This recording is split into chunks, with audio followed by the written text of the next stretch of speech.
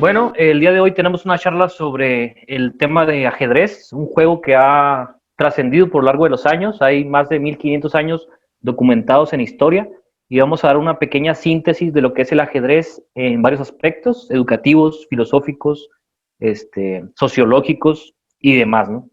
El ajedrez, considerado por muchos un juego y por otros un deporte, y para aquellas personas que lo juegan con mucha pasión, pues un arte, ¿no? Porque en él se expresa la belleza de muchas partidas que han relucido a través de los años.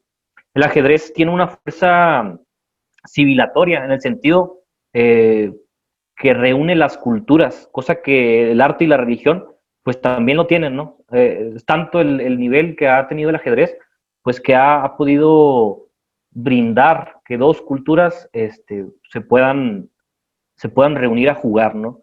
Caso emblemático en la Guerra Fría, cuando Boris Spassky, un soviético, y Bobby Fischer, un estadounidense, en plena Guerra Fría se enfrentan en un match que se le considera el match del ciclo, ¿no? El match de Bobby Fischer contra Boris Spassky. Y este match, lo que llamó mucho la atención en el mundo ajedrecístico y en el mundo social, en la guerra, vaya, fue que estando países en plena guerra, hay en un deporte que se trata sobre, donde se trata de cuestiones académicas, mentales, cognitivas, resulta ganador nada más y nada menos que el estadounidense. En el ajedrez podemos decir que hay una especie como de drama existencial, ¿no? Por ahí decía un psicoanalista que el ajedrez es la narración sobre la soledad del sujeto, en donde el sujeto se encuentra representado en el rey. Y al hacerse la pregunta constante de cómo mi rey o cómo yo voy a enfrentarme al ataque del enemigo, puede haber una cuestión como de vida sobre el tablero, ¿no? Eh, Unos decían que el triunfo de la lógica ante el universo representa una especie de ajedrez, una especie de universo pequeño, ¿no? Y quiero mencionar antes de acabar mi punto sobre dos autores que me llaman mucho la atención, que tienen una pasión muy grande por el ajedrez. Uno de ellos es Jorge Luis Borges, un argentino, y en su poema que escribe sobre el problema del libre albedrío, dice que el ajedrez es un problema que toma decisiones y que esa toma de decisiones es libre desde el punto de vista tanto metafísico. Entonces, hasta este punto, hasta el punto de vista metafísico, el punto de vista neurológico, cuando nosotros movemos una pieza o calculamos una variante, pues lo hacemos de una manera consciente, ¿no? Pero me pregunto de qué manera el inconsciente toma sentido en el ajedrez, ¿no? Cuando el hecho de que nosotros queremos mover una pieza o calculamos un movimiento, pero movemos otro. ¿Cuál es el papel del subconsciente en el jugador del ajedrez? Otro escritor del que quiero hablar es Ernesto Sábato, que habla sobre el descubrimiento. Y dice que todas las partidas de ajedrez existían en un mundo del ideal platónico. Y el jugador de ajedrez lo que hacía pues era descubrir las jugadas que ya se habían hecho en algún momento del universo, ¿no? Y eso me trae también a problemas similares del eterno retorno, ¿no? De que todo fluye, de que todo vuelve y todo se repite. En este sentido, pues creo que el ajedrez, para aquellos que lo practicamos, pues enarbola una belleza que puede ser palpable, ¿no? A la vista de los que conocemos este deporte. No, pues efectivamente, como decías, el ajedrez sí es una manifestación hasta cierto sentido eh, objetivo de la belleza, ¿no? De la geometría y de la táctica, ¿no? Es bien dicho que el ajedrez es una representación a escala de lo que la vida representa, ¿no? A cada una de las piezas con sus respectivas movimientos limitados, pero a la vez las combinaciones son enormes, o sea, se puede decir, evidentemente haciendo aquí una pequeña exageración, podemos decir que las combinaciones en el ajedrez son infinitas, ¿no? Entonces queda en manos del jugador elegir la jugada adecuada en el momento adecuado, y así son todas las decisiones que se toman en la vida, en el entendido o bajo la creencia de que existe un libre albedrío, ¿no? Que podemos tomar. El ajedrez, pues como vemos, es podemos entenderlo como un sistema autorreferencial también porque tiene sus propias reglas, ¿no? Porque las piezas son las piezas que son porque las reglas del ajedrez así dictan que lo sean. Por ejemplo, un autor, el Luigi Ferrajoli, explica a través de la teoría semántica, la teoría semiótica, perdón, en este caso aplicada al derecho, pero lo voy a retomar para este tipo de sistemas autorreferenciales, que existen determinadas normas téticas, es decir, normas que hablan acerca de la constitutividad de un sujeto o de un objeto adentro de un sistema. En este caso, el peón se mueve de una manera y captura de una manera porque las propias normas del ajedrez así lo dictan. De la misma manera el alfil, de la misma manera la dama, de la misma manera la torre. Entonces, lo bonito del ajedrez, desde mi punto de vista, es que podemos replicar la realidad y podemos también teorizar acerca de ella, ¿no? O sea, decir que cómo a través de infinitas posibilidades que tenemos para mover, porque no solamente somos nosotros, o sea, no se refleja solamente el yo, como decías tú, Iván, al inicio, no nos representamos únicamente nosotros en el rey, sino que tenemos un contrario, tenemos al otro, ¿no? Y sin duda también el auditorio que nos llega a ver, ¿no? Porque siempre de alguna manera tendemos a compartir nuestros fracasos, a compartir nuestras derrotas, también forman parte de la misma experiencia del ajedrez. Entonces, en pocas palabras, el ajedrez es quizá una de las representaciones más precisas que se pueden hacer de la vida, ¿no? Y el mismo, por ejemplo, un autor, lo mencionó de nueva cuenta, Jesús Maestro, hablaba acerca de cómo el juego forma parte de una de las normas, o más bien de los instrumentos que nosotros como humanos tenemos para salir de las normas, o sea, junto con el fuero, que es como un permiso institucional para salirnos de las normas, y la locura, que es no una decadencia, sino que la pérdida de los ideales sociales.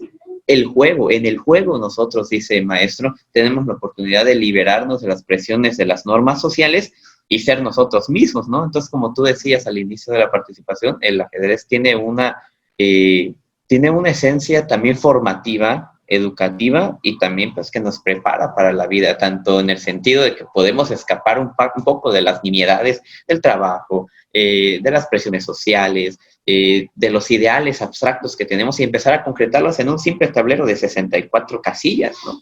Entonces, yo considero que ahí está la belleza del ajedrez, ¿no? Como lo limitado se vuelve ilimitado y viceversa, ¿no? La infinitud de movimientos, en el momento en que tú mueves, se convierte en uno solo, ¿no? Hay un dato muy interesante que plantea Leoncho García, que dice que hay más posibilidad, hay más cantidad de partidas de ajedrez que se pueden dar que átomos contados en el universo. Aproximadamente, un dato cuantitativo es que el número de átomos en el universo son aproximadamente un 1 seguido de 18 ceros. Y en el ajedrez, en las partidas, es un 1 seguido de 123 ceros. Así como dato curioso. No, pues sí, bastante. Por ahí hay no sé si llamarlo una leyenda o un mito acerca del ajedrez en Asia, donde había no recuerdo bien, una situación problemática, ¿no? En algún país ahí de Asia. Entonces el rey dice, vaya, quien logre resolver este problema, supongo que era político o militar, yo le daré lo que me pidan, ¿no? Entonces viene un granjero y se le ocurre la solución, ¿no? Se le ocurre la solución, arreglan el problema y el rey, bueno, en este caso el emperador le dice, bueno, ¿qué quieres que te dé? ¿Quieres que te dé tu peso en oro? ¿Quieres que te dé a las mejores, bueno, en ese entonces a las mejores mujeres del estado? ¿Quieres que te dé un puesto académico? Y él decía que no, que lo único que quería era un grano de arroz por cada posible movimiento que hubiera en un cuadro de ajedrez. Bueno, dice la leyenda, no sé qué tan cuantitativamente precisa sea, que le dieron toneladas y toneladas de arroz, convirtiéndose en uno de los empresarios más ricos de su país y de su continente, ¿no? Porque empezó a traficar con arroz, ¿no? Pero derivado de un grano de arroz por cada posible movimiento que hubiera en una partida de ajedrez. Sí, es el cuento de Sisa, se llama ese. Pedía un grano de arroz por la primera casilla. Lo doble, que son 2 granos de arroz, por la segunda casilla. Lo triple en la tercera casilla, y así sucesivamente, ¿no? Si era una cantidad que Sí, tremendo. Ajá, era inimaginable, ¿no? Y en esto consiste las matemáticas en el ajedrez, un poco de ello. Porque en las matemáticas, como tú decías también, la geometría, la trigonometría, forman parte del juego de ajedrez, ¿no? Al momento de, por ejemplo, de calcular una variante, cómo el alfil se mueve por las diagonales, cómo la torre a veces hace como una especie de cuadrados, tácita o directamente, el niño o la persona que juegue, el adulto, el joven, está haciendo cálculos mentales, matemáticos en su cabeza. Al momento de, por ejemplo, calcular la variante, ¿qué es lo que hace? Lo que se conoce como, en álgebra, pues como la ecuación. Si yo como primero y él me come después, ¿cuántas piezas tengo para defender mi peón, mi rey, mi alfil? ¿Cuántas piezas tengo para atacar? Si la mayor cantidad de piezas ataca que la que defiende, entonces soy ganador de esa variante. En ese sentido, pues podemos ver que las matemáticas están impregnadas en el ajedrez. Creo que Gabriel es Sí, profesor de matemáticas y nos podrá hablar un poquito más de esto. estoy de acuerdo con todo lo que estás comentando, Ivana, y las matemáticas están sumamente involucradas, la parte de geometría en el ajedrez. Ya comenzando del tablero, tenemos bastante de qué hablar. En el tablero cada una de sus casillas, que son 64 como comentaba Roberto anteriormente también, tiene un nombre único, que depende de la columna o la fila en la cual esté ubicada, y a partir de ella hay una conexión entre las casillas, ya sea por medio de las diagonales que se presentan, las columnas, las filas, o en sí el movimiento de una cierta pieza, por ejemplo, con el caballo, que no hay una línea directa, sino que hay otro tipo de conexión entre el caballo con las casillas que saltan, cambiando de color, por ejemplo, y eso. A mí me parece muy interesante la parte ajedrecística que rompe las barreras en cuanto a la edad y a los idiomas. Por ejemplo, yo hablaba con mi sobrino que tiene 9 años y él me decía, oye, pues si yo juego con alguien de China, ajedrez, ¿cómo le va a jugar ajedrez en chino? Y decía, pero si el ajedrez es maya, si tenemos ese tablero, tenemos las piezas, no va a cambiar, así las reglas del juego van a ser universales, así que eso es muy sorprendente. Me gusta mucho. Y la parte de la historia de los granitos de arroz de Sisa, también yo lo había escuchado, cambiando solamente, que lo había escuchado con granos de trigo, pero en el fondo representa la misma idea. Y ahí también estaban involucradas las matemáticas, que los matemáticos de aquel rey que le iba a regalar los granos de trigo, al sacar las cuentas se fijaron que era un número exorbitante. Incluso creo que esa historia aparece en un libro que se llama El hombre que calculaba, y ahí se puede leer, está como un dato.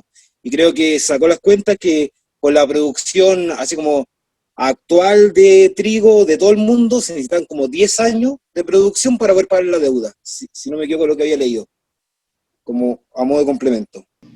Sí, claro, ahí me gustaría también retomar lo que decías, ¿no? O sea, cómo la rompe barreras generacionales en cuanto a la lengua, en cuanto a la cultura. Y esto me hace recordar, como partía también al inicio, de que, bueno, no solamente las matemáticas en sentido estricto como ciencia formal están ahí presentes, sino también desde un aspecto más general y vamos a llamarlo quizá más social, el mismo lenguaje tenemos una presencia ahí. Por ejemplo, Charles Morris, en su libro sobre los fundamentos de semiótica, decía que una de las pretensiones de la semiótica como ciencia de los signos es precisamente alcanzar un nivel universal, ¿no? Él decía que la semiótica era el lenguaje de la ciencia, ¿no? O se puede decir también un lenguaje de segundo orden, un lenguaje que habla acerca de los lenguajes, ¿no? Entonces, en este caso vemos cómo a través, como el ajedrez ha sabido capitalizar sus reglas, ¿no? Y hacerlas hasta cierto sentido inamovibles, porque tengo entendido que a lo largo de los 1500 años de historia que lleva el ajedrez, pues sí han habido variaciones en las reglas y todo el asunto, pero vaya, es un juego, bueno, un deporte que une tanto a las personas, ¿no? Como decía Iván al inicio, ¿no?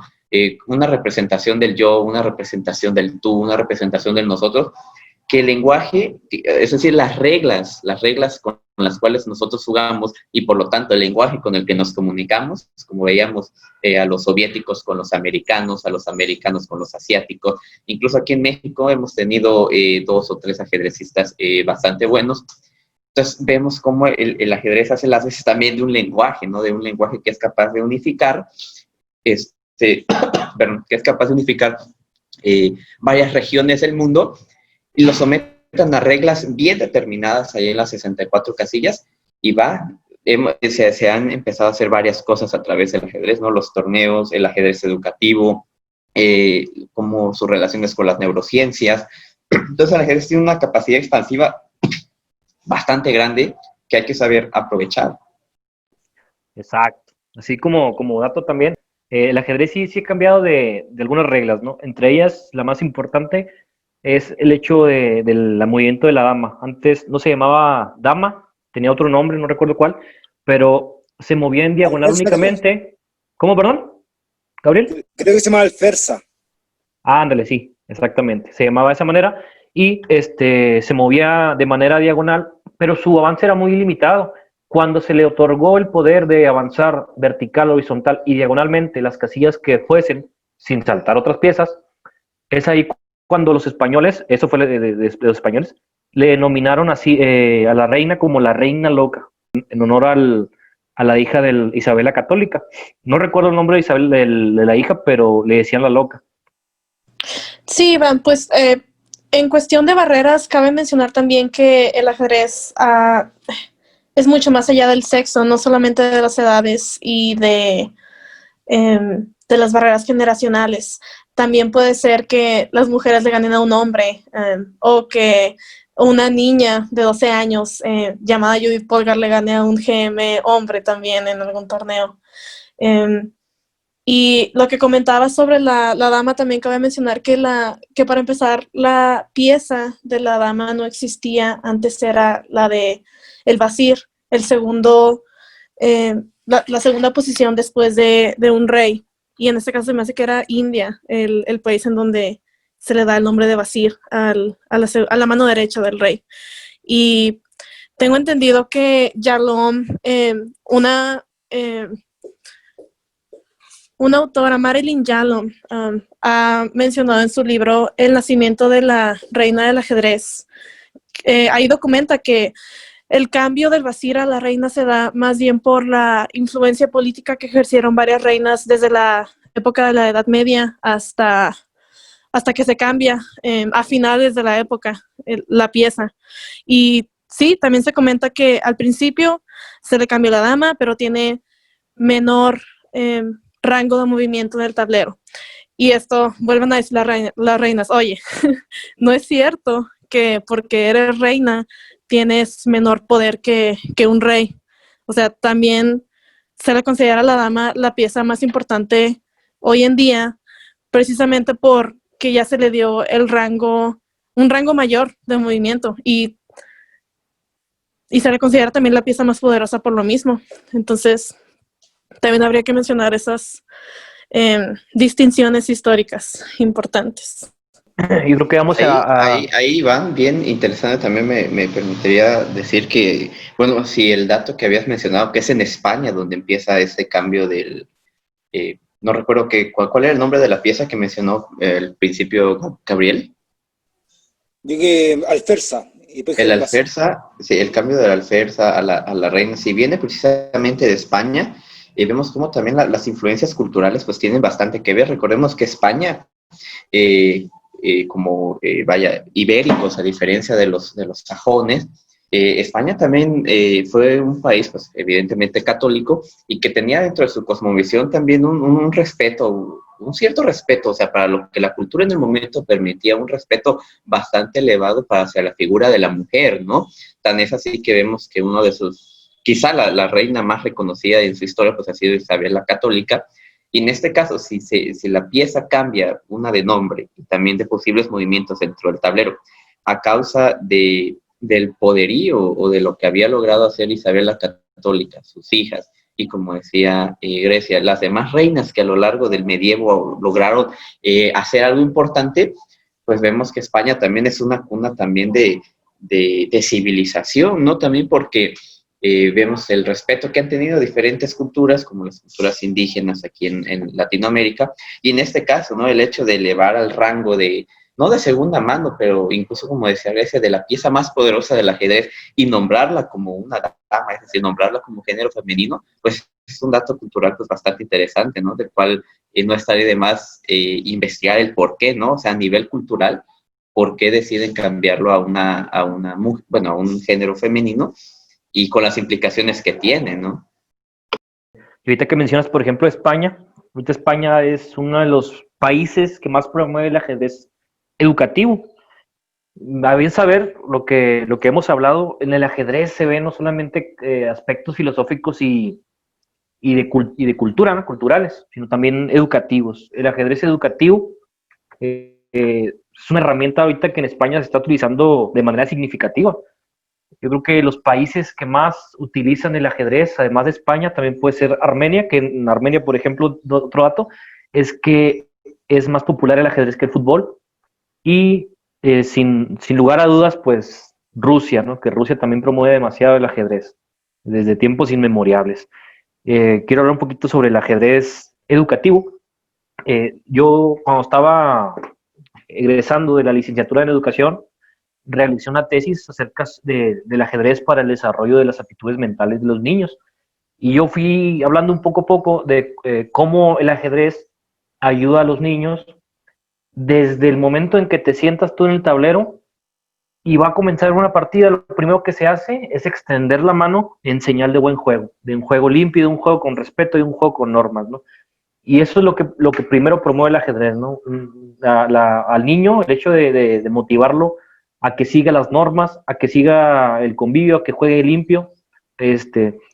También durante el ajedrez se ven aspectos como el cálculo mental, la memoria, la concentración, ya un poco más grandes. Si una persona practica el ajedrez, pues previene el Alzheimer porque aumenta la reserva cognitiva. De hecho, ahorita en la educación, algo muy importante en la educación, es lo que Howard Gardner denominaba las inteligencias múltiples. Y Howard Gardner establece 9 inteligencias múltiples, entre ellas, pues, la lógico-matemática, la lingüística, la interpersonal, la naturaleza, la espacial. Y el ajedrez promueve de estas 9 inteligencias, promueve al menos 8. Dato interesante, ¿no? Si una herramienta pedagógica, educativa, promueve tantos beneficios hacia la persona, yo creo que es una herramienta importante de utilizar en el sector educativo, ¿no?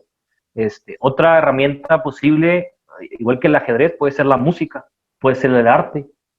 Me remite, por ejemplo, a las palabras de Tarrasch, que decía que el ajedrez, como la música y el amor, tiene la virtud de hacer felices a los hombres. El hecho de comparar la música, comparar el arte con el ajedrez, pues es sin duda un hecho de que el ajedrez no es solamente un juego, ¿no? Hace ya varios años, la Asociación Internacional de Deportes de Ajedrez, el deporte de ajedrez, catalogó el ajedrez no solamente como un juego, ¿no? Porque trascendía más allá, trascendía en su belleza, trascendía en su complejidad y en los beneficios que causa. En mi caso, bueno, yo creo que aquí todos, desde pequeños jugamos al ajedrez. Me parece que en el caso de Gabriel no, ¿verdad? Pero, a mí, yo por ejemplo, que tengo déficit de atención, el TDAH, hay un estudio en España que realizó un psiquiatra que se llamó Jaque Mate al Ajedrez. Jaque Mate al TDAH. Es un libro muy bueno que habla sobre las cuestiones de TDAH en los niños y cómo el ajedrez puede ayudar a este tipo de conducta, a este tipo de trastornos. ¿Por qué? Porque lo que les hace falta a los niños con trastorno de déficit de atención, pues es la capacidad de concentrarse, es la capacidad de organizarse, es la capacidad de tomar decisiones, de calcular. En su libro Cómo imita la vida al ajedrez, Gary Kasparov dice que el ajedrez y la vida son tan similares porque el ajedrez promueve el hecho de tomar decisiones, pero antes pensando en todas las posibilidades, en todas las posibles opciones, que una decisión nos vaya a poder conllevar, a que vaya a poder conllevar. En el hecho, por ejemplo, histórico, que estaban hablando ahorita de la historia, a los príncipes persas, a los jóvenes, se les educaba con ajedrez porque decían los persas que el ajedrez enseñaba a que después de una decisión importante no hay rumbo atrás. Una vez le cuestionaron a Leoncho García que cuándo es la mejor forma la edad más pertinente de aprender ajedrez, y él comentó que no importa la edad. El ajedrez es un deporte que se puede aprender desde los 3, 4 años hasta los 103. En ese sentido, la educación, dice Paulo Freire, que es una práctica liberadora y que la educación se hace constantemente, no es un proceso que se corte en determinado tiempo de su vida, de la vida, ¿no? En ese sentido, el ajedrez cumple esa misma función, ¿no? Si me preguntaran a mí, ¿no? ¿Estaría bien a los 40, 50 años aprender un nuevo idioma? Por supuesto que sí, ¿no? Claro que si aprendemos a los 40, 50 años, no vamos a hacerlo, no vamos a poder hablar, o poder llegar a hablar pues como un nativo, ¿no? Igual en el ajedrez, si quieres ser un gran maestro y empiezas a los 40, 50 años, pues difícilmente lo lograrás, casi imposible. Sin embargo, el hecho de practicar al ajedrez no implica que vayas a convertirte pues, en un profesional, ¿no? En el ajedrez podemos fácilmente aprender, varios que somos, ¿cuál es la palabra? Aficionados, y divertirnos, ¿no? Y sacarle provecho a todo eso, porque en el ajedrez, como decía Robert, nos olvidamos de las cosas, nos olvidamos de los problemas, nos despejamos, ¿no? Es como que una práctica liberadora. En ese sentido, los jóvenes de hoy, los niños de hoy, se alimentan todos los días, ¿no? De programas de televisión, pues que no tienen sentido, ¿no? Los alumnos, por ejemplo, que yo he tenido, todos los días jugando a los videojuegos, ¿no? Horas inimaginables, viendo televisión, en las redes sociales. Y yo creo que el hecho de presentarles un juego que sea divertido, que te ayude, que te rete a pensar y que te ayude a poder avanzar en el conocimiento cognitivo, creo que es una herramienta excelente para la educación y para el sentido pedagógico. Yo, Iván, me gustaría comentar un poco de mi experiencia en la parte pedagógica del ajedrez. Sí. Por mi parte, yo comencé a aprender ajedrez de tarde, cuando tenía 17 años, aprendí el movimiento de las piezas. Anteriormente eso no lo aprendí porque no era algo muy conocido, aunque yo sabía que existía el ajedrez obviamente, pero me parecía que era un juego complejo. Y después que terminé la enseñanza media, porque yo aprendí en cuarto medio, cuando entré a la universidad, estudiando matemática, pensé que el ajedrez podía ser una buena alternativa para después hacer algunos talleres. Entonces, ahí empecé a perfeccionarme un poquitito respecto al juego, aprender un poco más, para después transmitirlo. Y cuando yo llevaba como unos 3 años trabajando como profe, justo surgió la idea de un director de una escuela para hacer una asignatura que se llamaba Taller de Desarrollo del Pensamiento, donde se iba a utilizar el ajedrez como una de las herramientas para desarrollar ese pensamiento en niños entre primero básico y sexto básico. Y ahí teníamos sus clases semanales de 2 horas, y las clases estaban estructuradas tal cual como una clase normal, o sea, tenía, como una partida tiene la apertura, el medio juego y el final, la clase de ajedrez tenía el inicio, el desarrollo y el final de la clase, en donde el inicio se comentaba sobre la clase anterior, se activaban los conocimientos previos, se comentaba de qué se trataba la clase, el desarrollo era la parte fuerte de la clase, como la actividad central que se iba a aprender, y en el cierre donde se sacaban conclusiones entre todos y se daban pistas para lo que continuaba después en las próximas clases. Y siempre todo eso por medio participativo, por estas preguntas de los chicos, para que todos se vayan siendo unos a otros. Entonces, y también lo que decía ante Grecia, lo rescato, que el ajedrez quita esas limitaciones también de género. Entonces, tanto los niños como las niñas están en igualdad de condiciones para mejorar su juego. Habían algunos cursos donde habían niñas que destacaban, habían otros cursos donde habían niños que destacaban. Y la parte netamente pedagógica, que vaya como en incremento de la habilidad de conocimiento, por ejemplo, de la habilidad más simple que puedan ser observar, empezar a describir, o ya después empezar a analizar, o después ya a hacer como su propia creación, entre comillas, dentro del mundo o el universo ajedrecístico. Ahí va con la imaginación de cada uno de los chicos. Y las habilidades que desarrolla son múltiples y ya bien nombradas por la mayoría. Oye, Gabriel, tú que aplicaste el ajedrez en tus alumnos, en 1 año o 2 años, ¿qué fue la virtud o la habilidad que más viste desarrollada en ellos? Primero me gustaría comentar sobre la habilidad que más me costó. Lo que me costó en un principio fue la parte del silencio, porque todos querían como comentar, hablar o jugar hablando con el compañero. Entonces después ya explicarle que el ajedrez necesitaba más concentración para poder observarlo bien, analizar, tomar una decisión de su movida, hacerse responsable de su tipo de juego. Entonces yo creo que la parte fundamental, a mi parecer, fue como una especie de madurez en esos conceptos, en en la parte de la concentración, por ejemplo, que es una habilidad que le va a servir para todas las asignaturas, para matemática, para historia, lenguaje, inglés, ciencia y demás. Esa es la parte que destaco, la parte de la concentración, y la otra parte que mucho relaciona la parte del ajedrez como con niños introvertidos, como muy ensimismados hacia adentro, y hay muchos chicos que son como más hiperkinéticos y ellos aún así puede haber como un equilibrio entre ambos extremos, de tanto el niño que es introvertido, que pueda sacar más su personalidad hacia afuera, como el que es muy como loco, por decirlo de alguna forma, y poder concentrarlo más, centrarlo para que tome su juego con mayor responsabilidad. Y la parte de la entretención, lo fundamental, los chicos se entretenían comentando sobre los campeones mundiales, sobre el movimiento de las piezas, o sobre cómo buscar algún jaque mate, cosas así, es lo que más destaco de ellos, así como la parte de la entretención por medio, en el momento que se va aprendiendo. Fíjate que ahorita que comentabas eso del género, hay una pregunta que siempre que se habla de ajedrez, se le pregunta a los ponentes, ¿no? Y es el hecho de, los hombres juegan mejor que el ajedrez, los hombres juegan mejor al ajedrez que las mujeres, y es una pregunta que tiene muchas respuestas, ¿no? Yo por mi parte me puse a investigar un poco de unos estudios, y por ejemplo, hay una neuróloga y psiquiatra que es profesora de la Universidad de California, que escribió un libro que se llama El cerebro femenino y el cerebro masculino, se apellida Brizendine. Ella dice que las mujeres a partir de los 12, 13 años, en su cerebro siempre buscan acciones más cualitativas, ¿no? Mientras que el hombre busca más cuantitativo.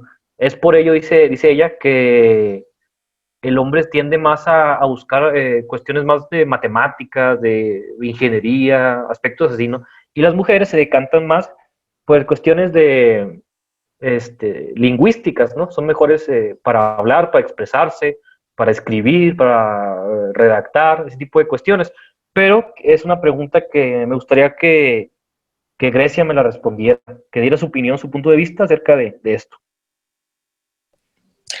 Bueno, sí cabe recalcar que la pregunta es un tanto sexista porque presupone que hay un género que juega mejor que el otro, ¿no? Preguntaría sobre ese estudio que mencionas, Iván, si los resultados fueron si fueron bajo un test en el método científico estrictamente riguroso, o si también se contaron, si también se tomaron en cuenta cuestiones sociales, porque es un hecho que las mujeres nos crían de una manera muy diferente que los hombres, y eso también pudo haber salido en el estudio, y no sé hasta qué punto se considere que a las mujeres nos enseñan a ser sumisas o nos enseñan a ser muy amables, incluso cuando alguien nos está oprimiendo. Pero bajo esa pregunta, respondiendo a tu pregunta, no creo. Y me rehúso a pensar que los hombres jueguen mejores que las mujeres.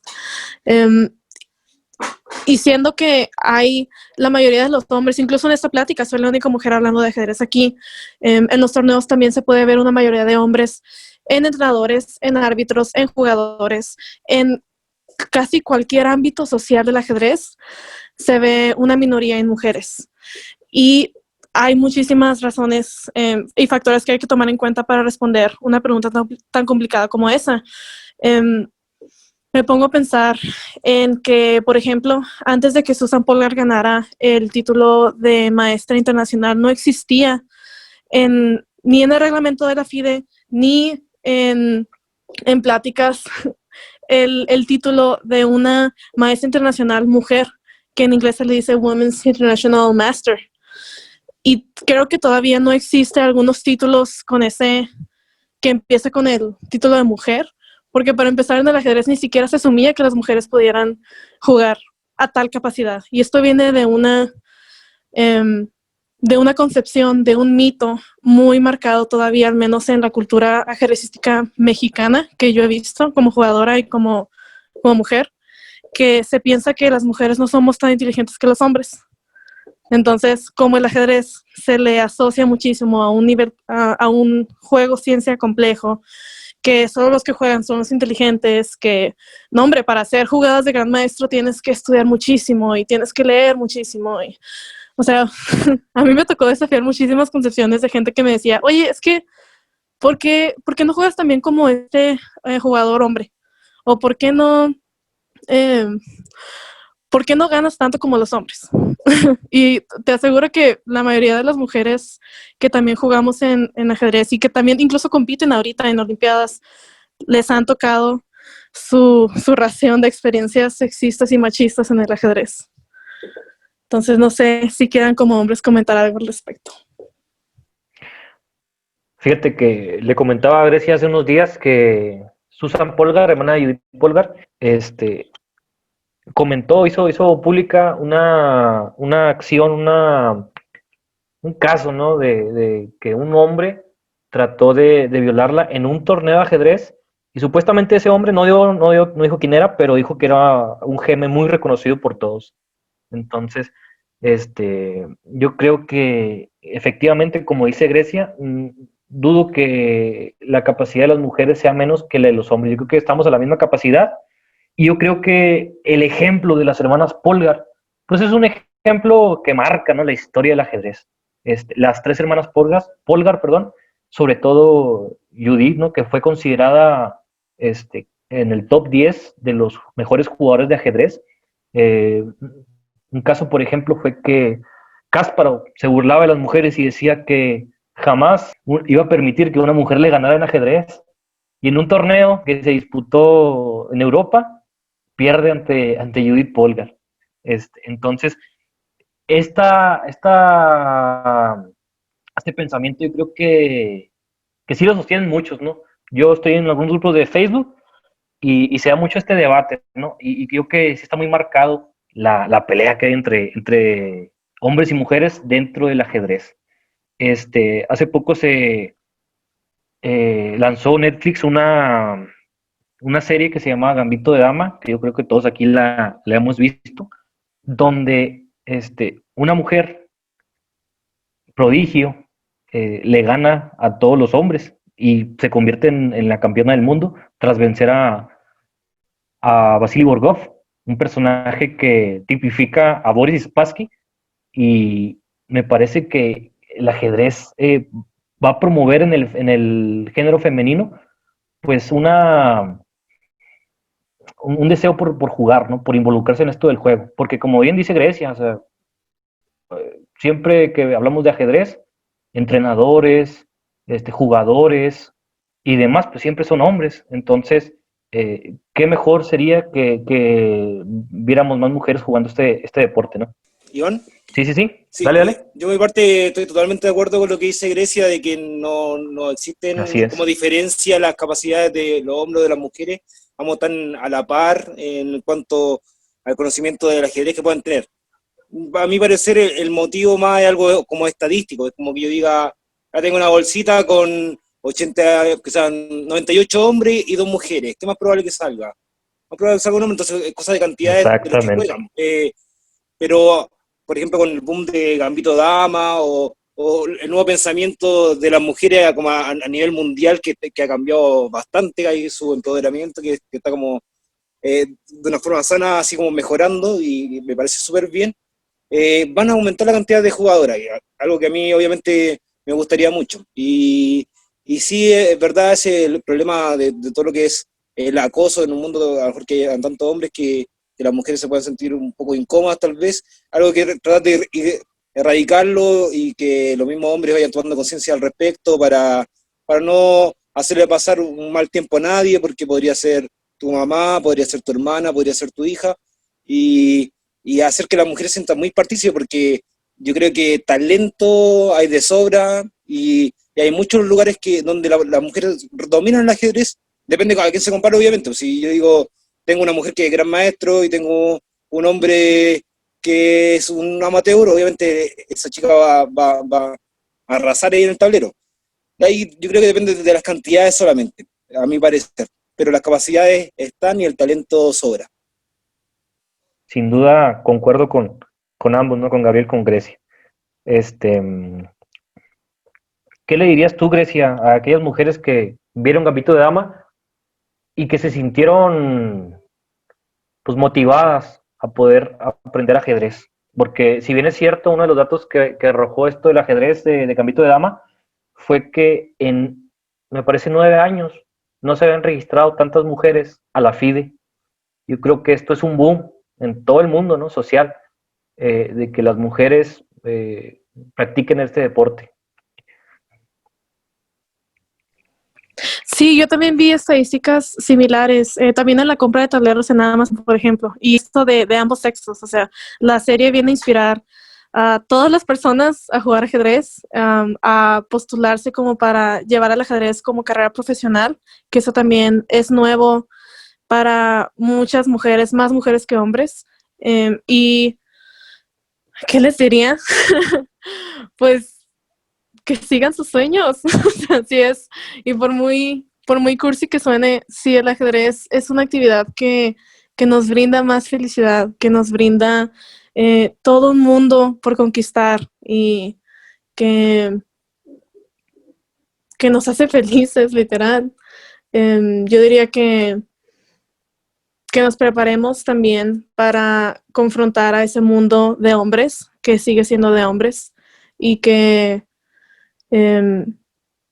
tratemos de avanzar lo que Susan Polgar ya abrió para nosotras, que fue en cuestión de títulos, en cuestión de alcance, de rango, de lo que una mujer antes no había logrado y gracias a las hermanas Polgar se dio, pues que sigamos en esa conquista.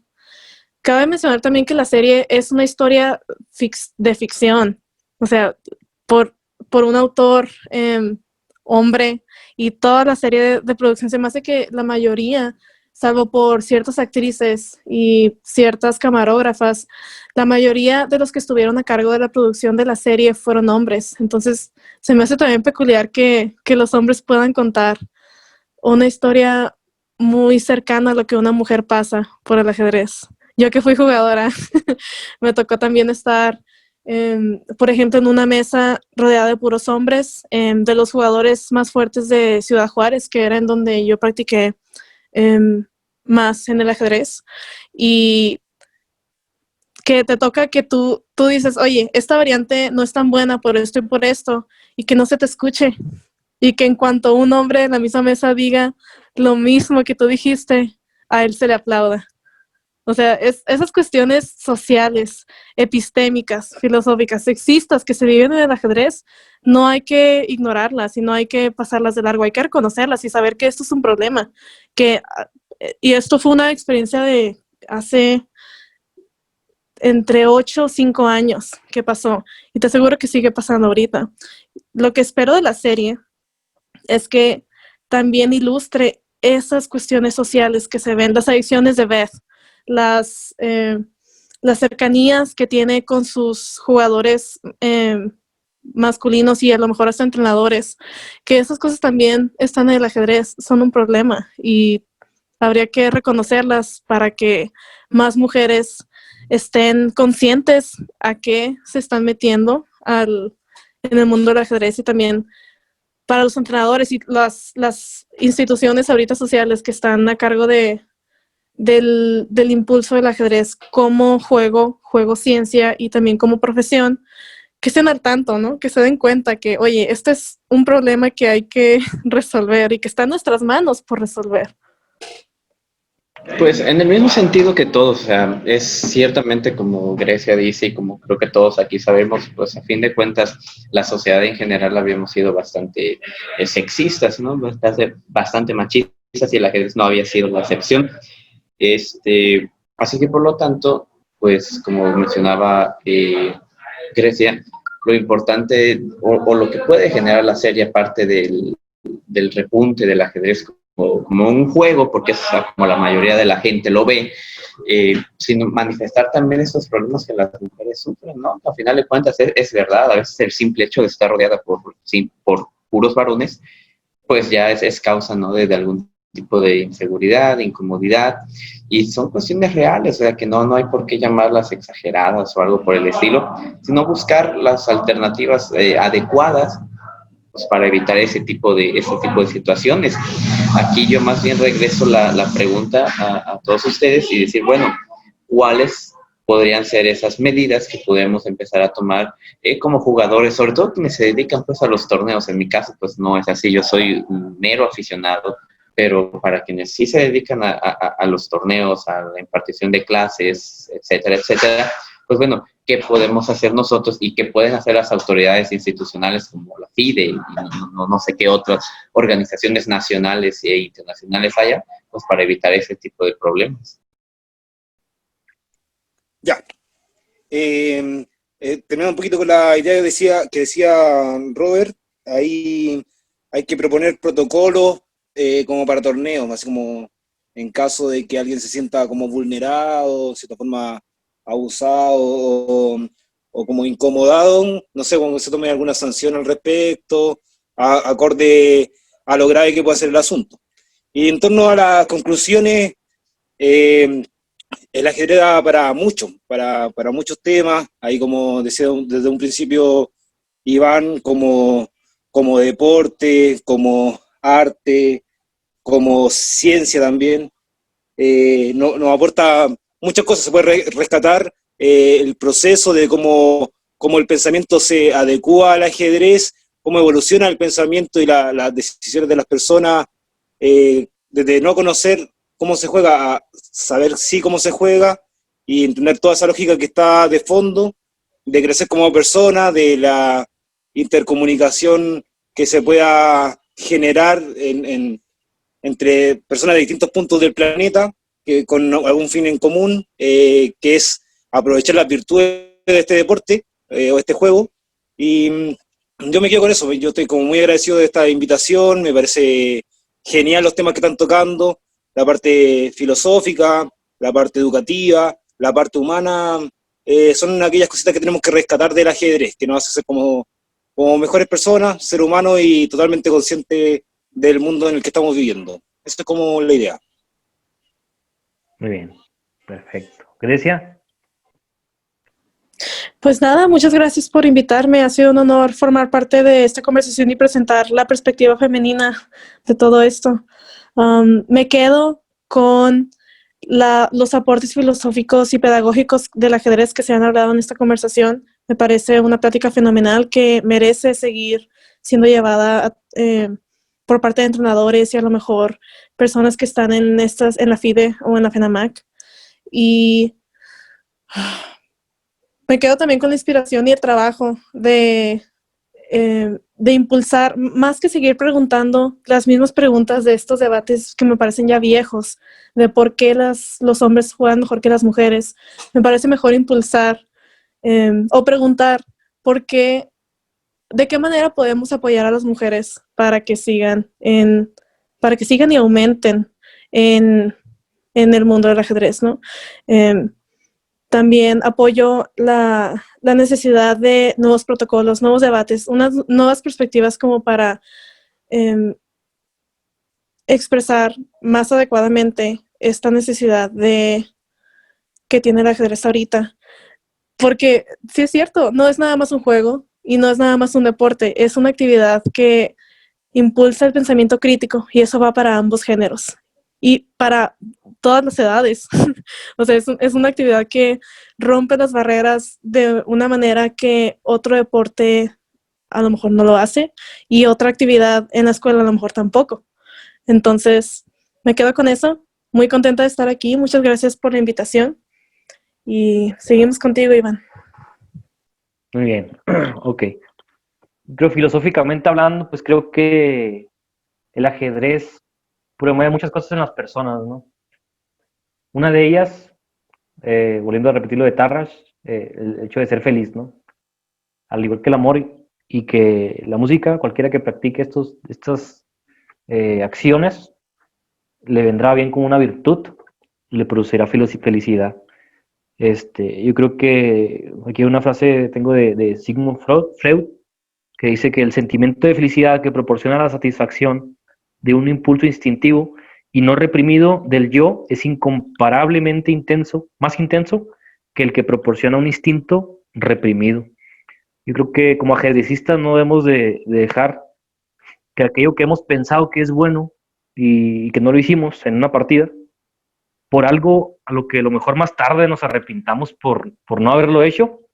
Creo que esta cuestión nos ha llevado a los jugadores de ajedrez a disfrutar un triunfo con algo que pensamos que era alocado y que terminó siendo algo que nos dio una satisfacción más grande, ¿no? Y creo que es algo que los ajedrecistas todos estamos al unísono, ¿no? En ese sentido, hay una frase de la FIDE que dice gens una sumus, que significa todos somos familia. Todos somos familia sin importar raza, género, lengua, lo que sea, ¿no? Todos somos familia. El ajedrez nos une al igual que el arte, la música y la cultura. Robert. Bueno, pues igualmente, como parte también aquí de las personas que participamos, pues también te agradezco, Iván, por haberme pues, tomado en cuenta, y a Grecia y a Gabriel también por haberse unido. En mi caso, pues yo considero, o yo me quedo también con esta parte de cómo el ajedrez imita la vida, ¿no? Y retomando el estilo con el que partí, ¿no? El ajedrez como un sistema autorreferencial, ¿no? Nosotros podemos vernos y debemos aprender a vernos a través de las lentes del ajedrez, ¿no? ¿Por qué? ¿En qué sentido? Porque a veces en la vida nos toca ser peones, ¿no? Nos toca hacer carne de cañón, nos toca avanzar poco, a veces nos toca hacer torres y nos toca tener un alcance mayor, una responsabilidad mayor.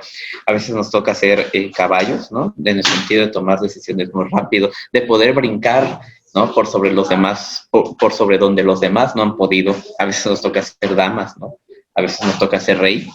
Y por lo tanto, como una perspectiva educativa, pues el ajedrez, yo digo, y sobre todo, en este sentido es una perspectiva legal, ¿no? Porque por cuestiones de trabajo me tocó analizar el marco legal normativo de la educación aquí en México. El ajedrez cumple con todos los principios constitucionales en cuanto a la educación, ¿no? En sentido de una educación democrática, una educación laica, una educación de excelencia con base en los principios científicos, filosóficos, que inculquen valores cívicos a las personas, pensamiento crítico, ¿cómo dice aquí también? La falta de fanatismos, ¿no? Entonces el ajedrez es una materia que embona perfectamente con cualquier sistema educativo y solamente es cuestión de que en este caso docentes, directores, ¿no? Profesores, ¿no? Como en el caso de Gabriel, de Iván, sigan proponiendo, comiencen a generar material teórico, material didáctico, material práctico, realización de torneos en las escuelas, vaya, porque les comento, o sea, en mi caso yo igual, o sea, las reglas del ajedrez las aprendí desde niño porque me las enseñó mi papá y hasta ahí, o sea, realmente yo no jugaba. Todo esto empezó en la universidad porque un amigo un día llevó un ajedrez y de hecho la plática, o sea, cómo salió fue muy chistoso porque estábamos hablando del ajedrez de Harry Potter, ¿no? El que es mágico. Entonces empezaron a llevar tableros, nos empezó a gustar y bueno, aquí estoy, ¿no? Y por el apoyo de un profesor, ¿no? Un profesor abogado bastante bueno, que le encantaba el ajedrez, es creo yo la persona más culta que he conocido, cantidad tremenda de libros, de todas las materias y sobre todo pues el ajedrez, ¿no? Entonces yo me quedo o recalco, ¿no? La similitud del ajedrez con la vida y la importancia del ajedrez dentro de la educación, la formación del niño, la formación del joven, del adulto y del anciano, ¿no? Entonces, con eso cierro, pues les agradezco a todos y a quienes nos vayan a escuchar más adelante.